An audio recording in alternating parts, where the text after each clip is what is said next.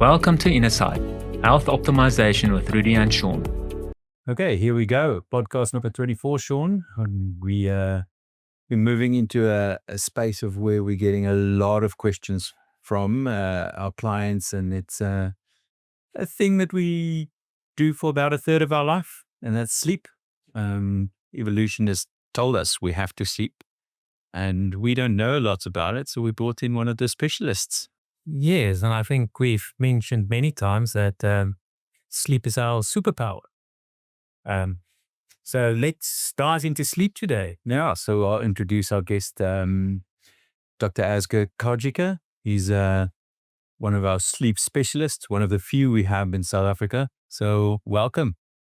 Thank you very much. I'm glad to be here and talk about this very, very, very important subject. Great. We're gonna be sitting and learning. Okay. And I think we kick it off and maybe just say, why do we need sleep? What is the basics of why do we need sleep? It's literally a restorative and healing process that must happen. We are basically machines made out of cells.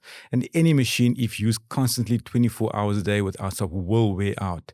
At least we have the ability to heal ourselves during sleep and through nutrition.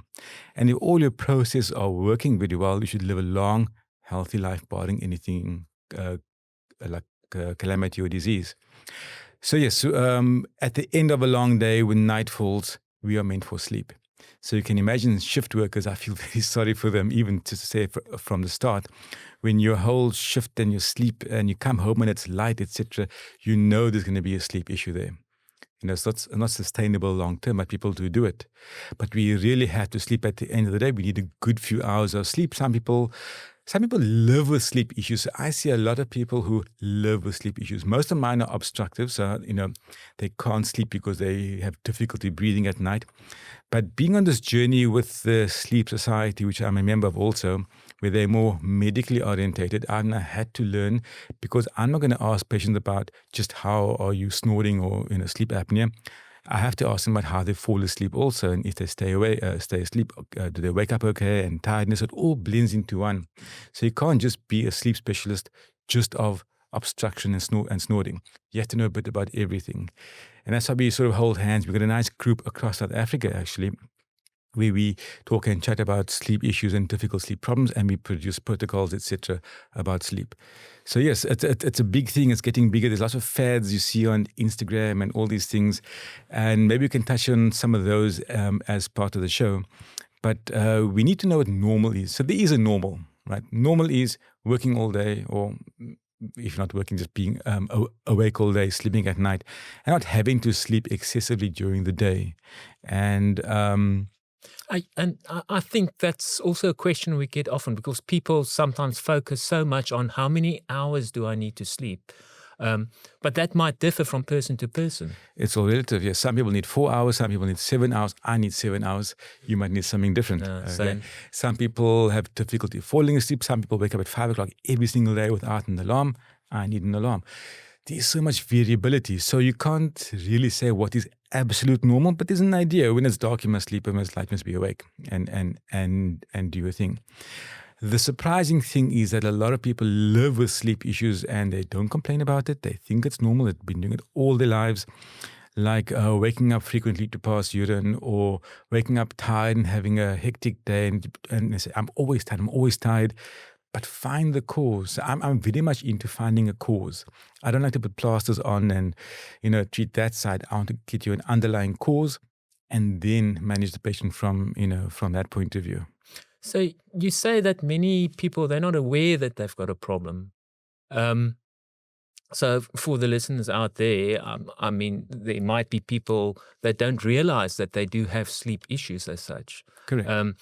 How big of, or how large is this percentage-wise, or just a guesstimate? Obviously, we don't have. So even from an obstructive point of view, up to 20% of the population are snoring a lot and heavily, and between 5 and 9% are really obstructing very badly.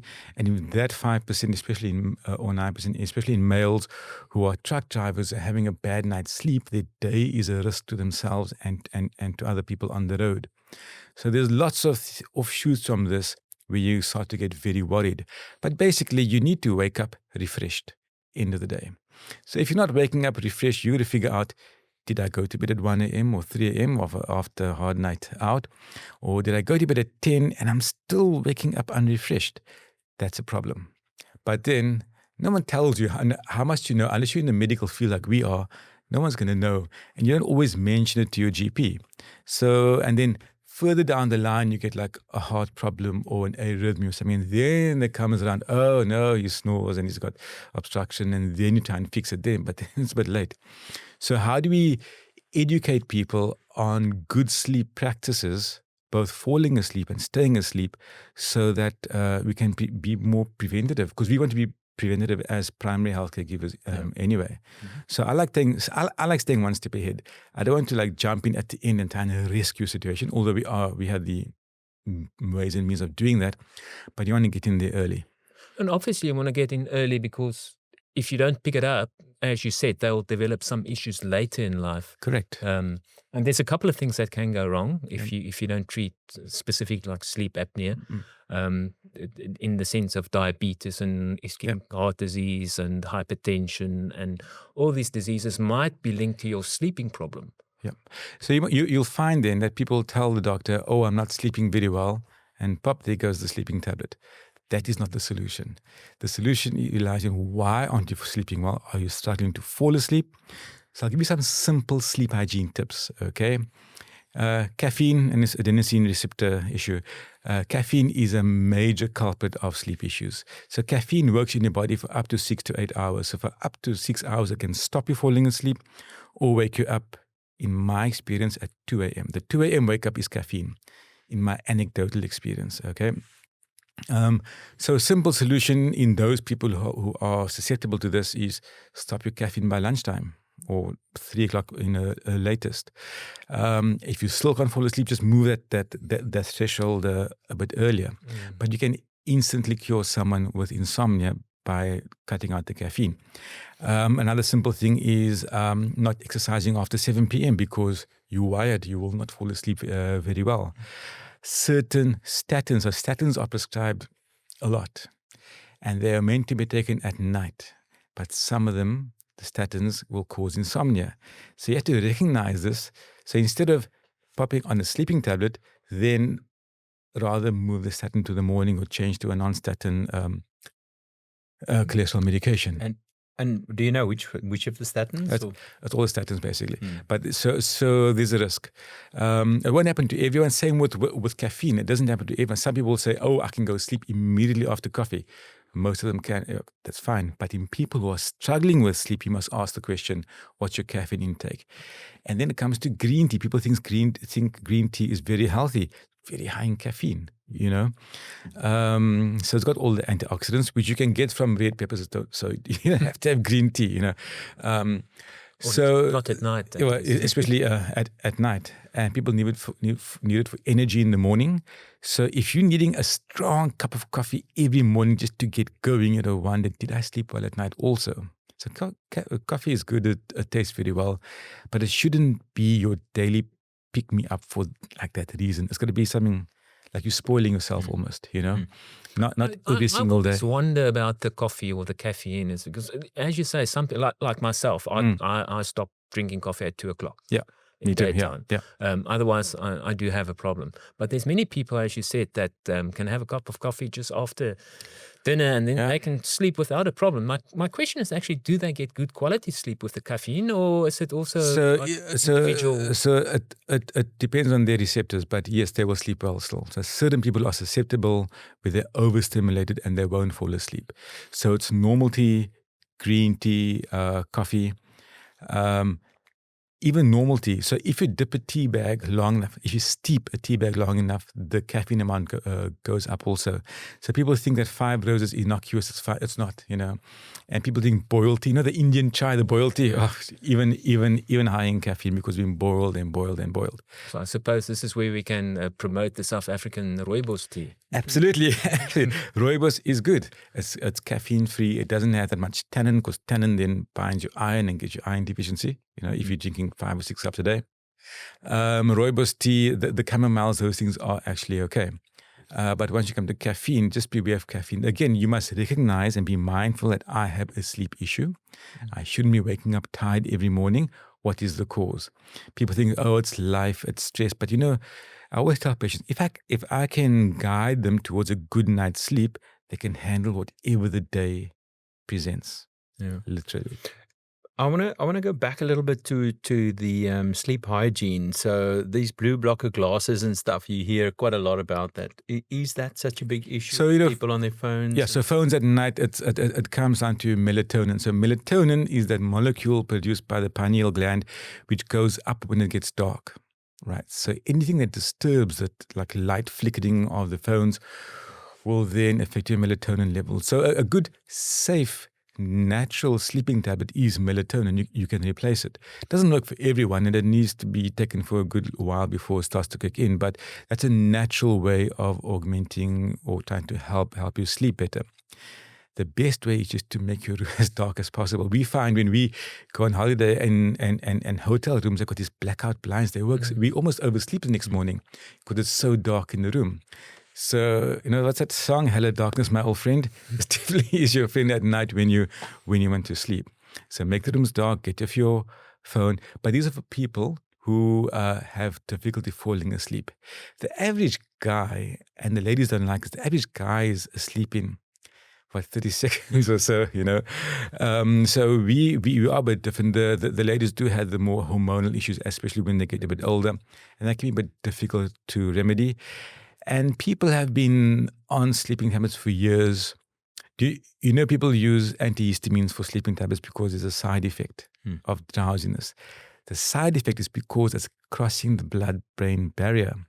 And it's having a sleepy effect on the brain. But long-term, so those are the first generation, and like the allergics and all those. The new ones aren't so bad. So if an antihistamine is causing you to become drowsy, it's crossed your blood-brain barrier. Long-term, frequent daily use will give you cognitive impairment and even things that you're wary of, dementia and Alzheimer's. So more cognitive impairment, memory loss and things like that. So you don't want to head down that direction on long-term antihistamines. The sleeping tablets can force you to sleep, things like Stilnox. But the package insert will say don't use for more than 4 months. But people have been on there for years and years. Yes. So that group makes you fall asleep. The newer group, you've heard of Lambrexin or the molecule orexin. That molecule is what wakes you up. So if you can anti that, then you'll stay asleep. So that's with these new drugs. So you either get forced to fall asleep or you get prevented from waking up. But again, we're delving into territory where I prefer not many people should need it unless they have a real sleeping disorder where you've already done phase 1, primary care for sleep. No either caffeine early or no caffeine at all. No exercising. Don't even eat late. So even if you eat late, so I see a lot of patients with reflux. So reflux means when you lie down, your stomach contents are heading up the wrong way because your valve is a bit loose. Again, doesn't happen to everyone, especially the younger folk, but in certain people and women who have been pregnant and it doesn't work very well, the valve. Reflux disturbs sleep. So anyone pitching up in ER at 3 o'clock, gasping short of breath, they're not dying, they just had a bad spell of reflux, worsened by snoring. Okay, so there's certain clues that we as medics will now pick up and we can say, okay, don't worry, it's this, is that. But the general public won't know that. So sleep hygiene, we'll just say one last time, caffeine earlier or no caffeine. Don't exercise late. Statins, if they are, try and move them to the morning. And eat a bit earlier also. And temperature? So temperature of the room, weight of the blanket, those are sort of side issues that can help as well. Yeah. But you don't want to be too cold and you don't want to be too hot. And there's just a balance. And again, everyone's different. You'll have the wife throwing off the blankets and the husband keeping it on, and or vice versa actually. And I suppose to keep a constant bedtime will also help if you struggle with sleep to try and get that routine. And Correct. And then in kiddies who have a bad night's sleep, where they're obstructing or not sleeping enough, they during the day need to keep busy to stay awake. And that gets often misdiagnosed as ADHD then. So if you sort out their sleep, so in kids it's mostly obstructive. So tonsils, adenoids out, Bob's your uncle, it's all done. They very rarely have primary sleep insomnia disorders. It's very rare. So you have to look at all kids who are really busy and say, is this something educational issue, processing, etc., or is there a sleep issue? But you got to have, so as a GP's job is very difficult. Even you guys in ER, you have to know a bit about everything because you need to spot the clues that will lead you to a diagnosis.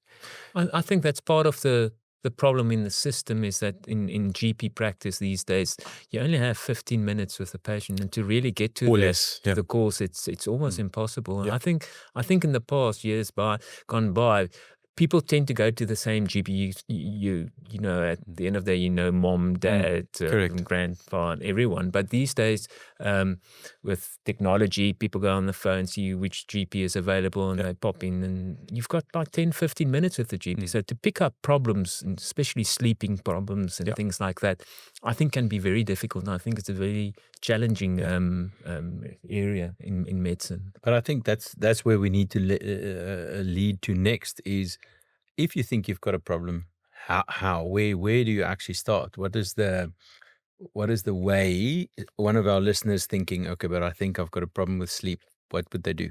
Right. So if you can't fall asleep, like initiate sleep, we've spoken about that now. That's a prime. If that doesn't work, then you go to your GP, and your GP may refer you to.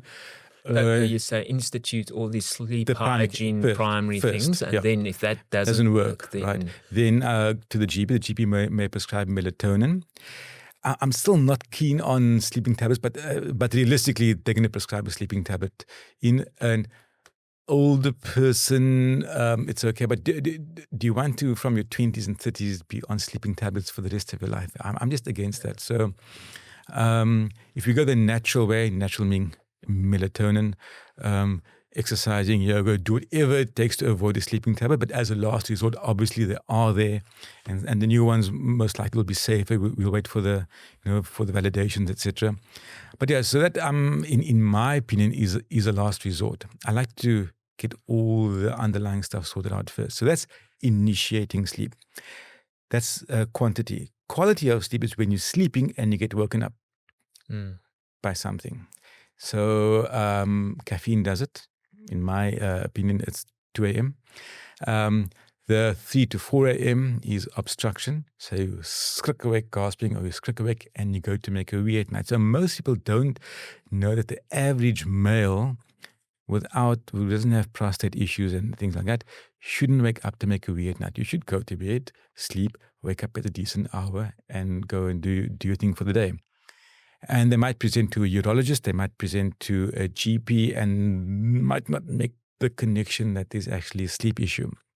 So when I educate, when I give talks, I've got these golden questions. My golden questions are: do you wake up with a dry mouth? We'll talk more about that in a sec. Do you wake up to make a wee, and do you wake up tired? So the ladies, yes, wake up to make a wee often, but the guys really shouldn't, unless there is although that's something that we hear quite often from patients. Yeah. So they shouldn't be waking up. The average male, our age up to 50, 55, 60, should not be getting up to make a wee. You got to think, why are they doing that? Maybe they drink way too much water or alcohol at night, or way too much coffee, because caffeine is a diuretic also. It makes you wee. That's also an issue. But you have to ask the questions. So from an obstruction point of view, if your airway, nose, back of the throat, tongue is going to block you up at night, you're going to stop breathing. So my critical question is, and this is for more than 60% of patients, do you wake up with a dry mouth? So waking up with a dry mouth, again, is not allowed. But people live with it for years, and they end up breathing through their mouths with exercising. So you should never wake up with a dry mouth. You should never wake up to sip water. That all implies mouth breathing. And the other clue is, when you exercise, even cardio, whatever you're doing, you should only breathe in through your nose. You should never have to inhale through your mouth.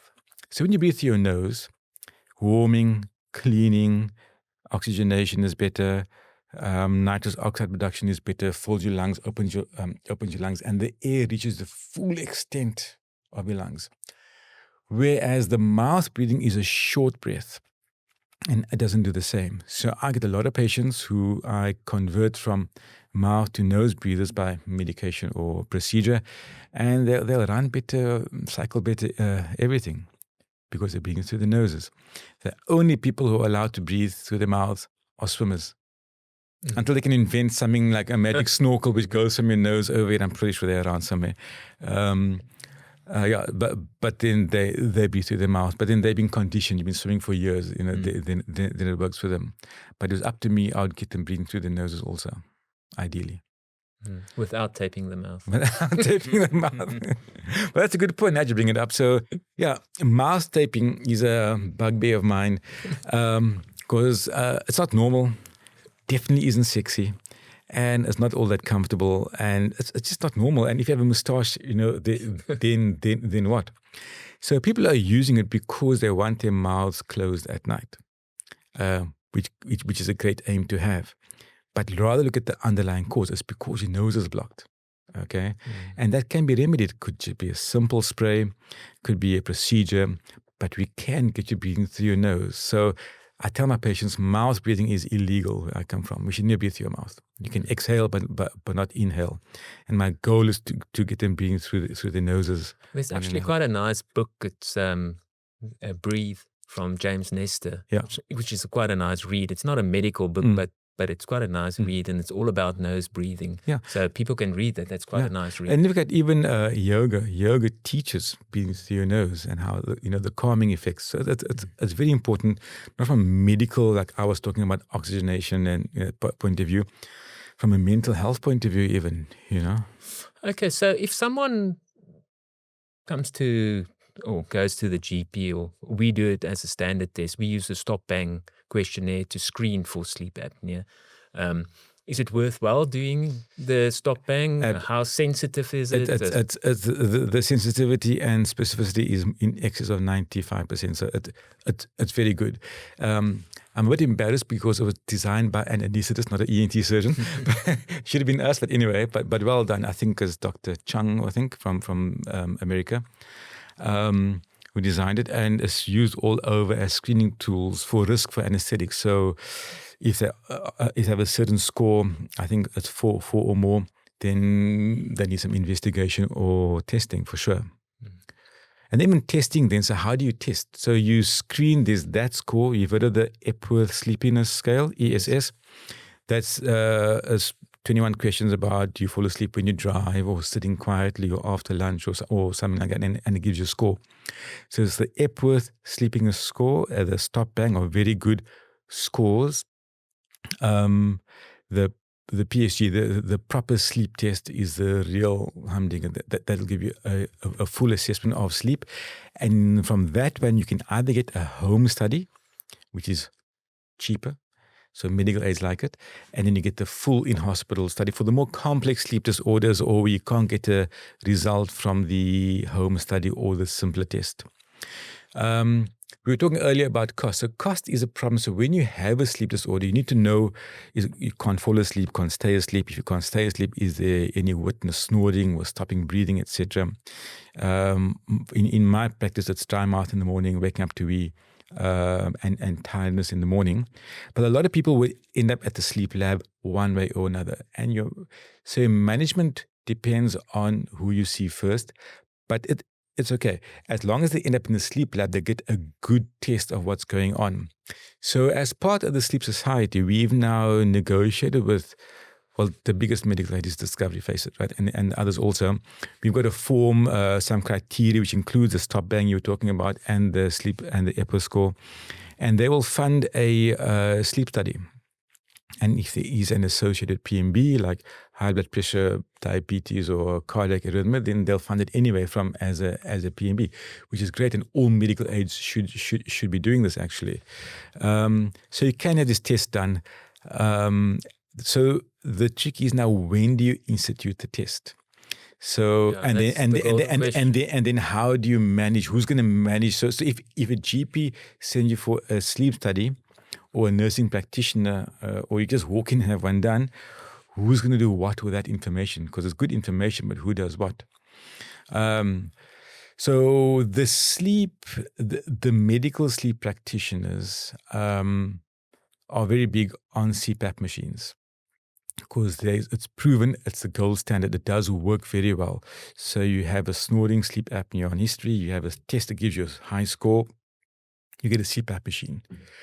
It's still a device. So it's still, it's a reverse Hoover. So it blows air in, not as loud, don't worry, but it blows air in. And yes, it's painless and it will work very well, especially in the severe cases. But then you're committing to a machine for the rest of your life. Yeah, I do find, I mean, we had a couple of guys that was referred to sleep lab and ended up getting a CPAP machine, and it works wonders. Yeah. I think the compliance is sometimes the issue long term. Not because sometimes, it's always the issue. So 40%, so 60% are sitting in the cupboard and 40% are being used. You can get it up so we can monitor patients online with the system we use.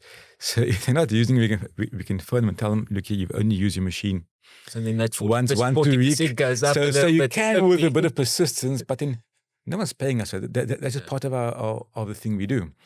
But it's all aimed at getting compliance up. But then what is missed is the obstructive part. So they don't look at allergies, they don't look at blocked nose, they don't look at reflux, which can be aggravating the problem and even preventing compliance. So from a holistic point of view, I like to, and obesity. And so from a holistic point of view, I like to cover all areas. You can't just focus on snoring, CPAP. Look at all the other factors. So we educate each other. So they teach me about sleep, I teach them about obstruction. So, we work together well from that respect. Okay. And in that sense, do you think most people that before they go on a CPAP machine or when they are prescribed one should have an ENT consultation? Yes, that's what we're pushing for. Our colleagues don't think the same because all the guidelines from overseas and the American Sleep Association says, just a sleep study, CPAP machine. If compliance is poor or the machine fails, then you get an ENT consult. So that was what works for them. But from us as ENTs, we feel we can contribute a bit more by relieving obstruction. So for example, if someone has a very blocked nose from allergies or a deviated septum, they're going to mouth breathe when they exercise and they're not going to exercise very efficiently. Their CPAP will work because CPAP just blows past everything. So the nighttime is fine, but the daytime is still poor. So I'd rather them get everything sorted out, exercise efficiently, and sleep better with the machine. So we're trying to cover all bases. I've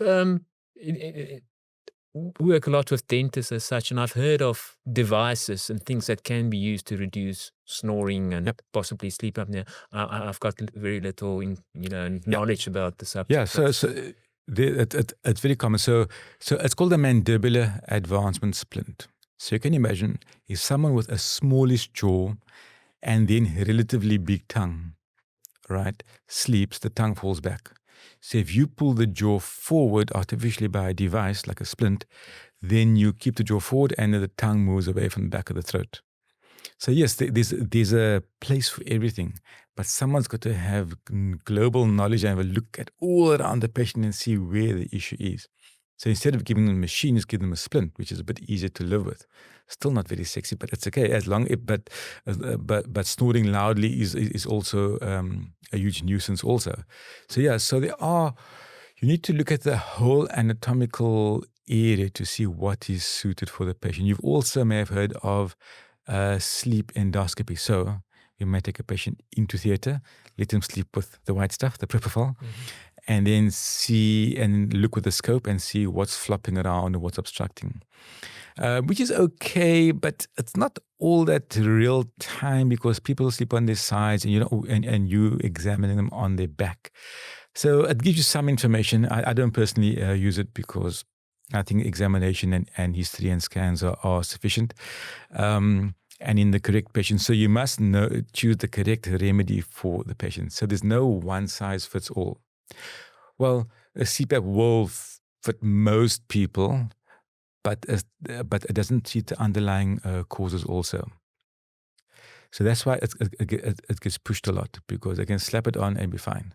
Even obesity you mentioned. So you got to make effort and conscious effort to tell the patient to not eat late and to cut down the calories and give them a plan. You can't just say, go lose weight and your snoring will be fine. You can't. You actually have to give them a physical plan, see them in 3 months' time, 6 months' time, and be able to sort of, you got to get your claws and get your hands dirty to be sure the patient is compliant even on that. Because even the tongue base, like the size of your tongue is proportional to your weight. So I treat the tongue by getting the weight down. Not easy. But then you get all these new drugs that you know about, also the Ozempics and the I've actually read something recently that the first thing when you gain weight is actually your tongue, the fat tissue in your tongue as such. So you start to get obstruction even before you've picked it up. I liken it to Wagyu beef. Have you seen Wagyu beef with the white spicules in there? It's a bit like that. It's a bulk thing. That's amazing. I mean, our previous podcast was actually on the GLP-1 drugs. Oh, is it? Yeah. So, I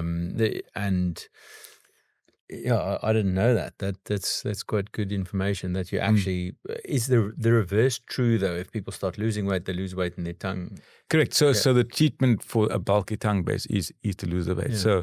So for me, it's not just an operation or a splint or a machine. You've got to look at everything, and you've got to hound the patient because I like good results. We all like good results. So you must do whatever it takes to make sure that the whole result is good. Interesting. Yeah.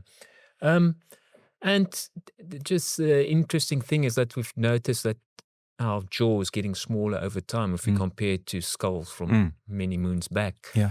And there's various theories on why it happens. Maybe we don't eat enough, or all our food are processed these days and so. And over time, that will actually increase the incidence of obstructing airway diseases. Because obesity is such a high, is getting bigger. Excuse the pun. Do you know which country has the biggest obesity epidemic? It's not what you think. It's not the USA. It's Mexico. Yeah. Actually, surprising, eh? So that's getting worse with time with the processed foods. I think there's a sugar that they consume part of the diet. There's a specific sugary sweet, and I think that is most likely part of the issue there also.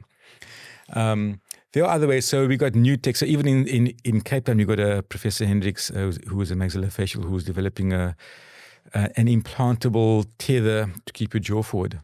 He's busy doing his trials now. So there are things happening. Overseas, have you heard about the muscle stimulants? So you can stimulate your tongue muscle externally to contract. You know those those muscle building machines where you can do your abs by sitting in front of the TV? Smaller version of that. That brings your tongue forward. So it's an external device, but you got to put an implant in the base of your tongue at the lingual nerve, and it brings your tongue forward. But it's still a device, and you're still got to wear something, on the front of your neck, and it could be warm and uncomfortable. The latest one undergoing trials is when they can implant a little ball in the base of your tongue at different spots under ultrasound, and then that gets pulled forward and brings your tongue forward. So it's constantly evolving. Even the surgery we do is constantly evolving. I do a one-stop operation. I do make the nose more open. So that's called a septoplasty to improve the nasal airflow, and I remove tonsils, and as a result of that, you get stiffening at the back of the throat. And it's stiffening. It's like the loose sail in the wind of a yacht. You pull it stiff, and then it starts flopping around. And I follow a certain ENT surgeon in Singapore who's done a lot of these, and his results are good. Like 68% to 70%, which is good from a numbers point of view, especially if you think that your compliance with your CPAP is only 40%. And sometimes you need an op and you need a CPAP until you lose the weight. So it's very complex. There is no one-stop shop. But the trick is, as the sleep specialist, from wherever direction you're coming from, so whether the neurologist, psychiatrist, physician, or ENT surgeon, you must look at the patient holistically, and you need to have some knowledge of everything so you know where to direct the patient. just practically for our listeners out there, what does the sleep study look like? The one the one that you go home with, and then So the home one is much simpler. They can actually hook you up at the lab and send you home. You can even have it posted to you. You hook yourself up. So it measures the oxygen saturation. It's a finger probe, something on the chest to measure chest movements, and something around the nose. So that gives you a good evidence of obstruction or not. The full one is where you're measuring brain waves as well. It's like a proper EEG with stickers all over it. So you can imagine, how are you going to sleep in a hospital bed with stickers on and expect to have a normal night's sleep? It's impossible. Yeah, I cannot sleep in a hospital. So people do. stick a bit easy on my So people do it, and we do get good results from it, but it is still not normal. Ideally, you want to do that full one in the home situation, or have a different way of measuring the brain wave. We are not so sticker crazy. So we mentioned sleep hygiene from a falling asleep point of view. I've got from an obstruction point of view, I've got a plan A.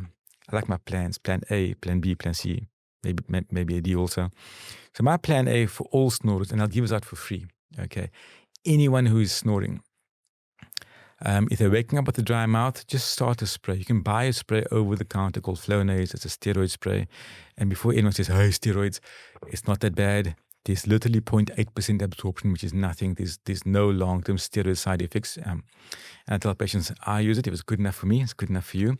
So Flonase, you get other ones as well, but the basic over-the-counter one, Flonase, I would recommend. Takes 2 weeks to work. In 2 weeks' time, if you're better, fantastic. Don't come and see me. If you're not better, we can talk. The other thing is, don't eat late at night. So acid reflux, trickling up, swells up your throat. So I can see it in patients. Well, I can hear it, I can see it. So they come in and they're doing this all the time. So excessive clearing of the throat is a clue towards acid reflux. No one's going to teach. There's not knowledge you get from a textbook necessarily, but that's why I try and get it out there so I can spot them, or I can hear when someone's having reflux. So excessive clearing of the throat, a croaky voice, a frequent cough. When I look inside, it's very red throat, so red erythematous back of the throat, then I know, been eating a bit late or had a late night. It's very classic. You've seen in ER someone coming in with a huge swollen uvula, and they think they're obstructive. Well, they feel like it for sure, but it is a big uvula because your uvula has been dangling there and been traumatized from severe snoring. Usually with some alcohol involved. So with alcohol, you're going to snore because it blocks up your nose, it swells up your turbinates, and yes, it relaxes you, but it relaxes all your tissues and all your muscles, and everything that is floppy is floppier. Everything, your tongue is bulky, it falls back even more. So that's a lifestyle thing. So if you know you snore only when you drink, you got to choose when you're going to drink, or if you're going to choose. It's one or the other. Or use a machine when you drink. That's also one. If you're not drunk, if you're sober enough to put it on That's store. expensive drink then. Yeah, very expensive drink. So my plan A: spray every day. Your stomach takes 2.5 hours to empty. Everything works better if you go to bed with an empty stomach. Right. Again, younger people with firm, tight sphincters, at the stomach will not have an issue with this. But as we get a bit older, females have had lots of pregnancies, we're going to get a bit of issues there. So I like the clues. I like the medical clues where you're hearing something, seeing something. So the really bad obstructors, I can spot a mile off. There's a look about them, a little bit overweight, a little bit of a bulginess in their eyes. An ophthalmologist will send you a patient because of something called floppy eye syndrome. It sounds weird. I'm not making this up, okay? So there's a very tired look in the eyes, and the upper eyelid becomes very floppy. And that's how you can pick up sleep apnea, just by looking at a patient. So that's what I see. So maybe that's where AI can help us soon. Just take a photo of your eyes, and then it'll tell you've got sleep apnea. So let's talk about apps then. So the app I use the most. So we spoke. Smartwatches are okay. They're not validated from a study point of view. They give an idea, but if you're a bit neurotic, you'll overthink it. But if you're waking up unrefreshed, that's good enough for me. We take a good history, right, before exam. Yeah. Take good history. If you wake up unrefreshed, that's an issue. The app I like to use is called Snore Lab. is Snore Lab, one word. And what it does is, and there's a few like that, but it gives you a graph. So you park it next to your bed, you stop in the morning, and it gives you a graph and it records all night so you can hear how you've been snoring or not.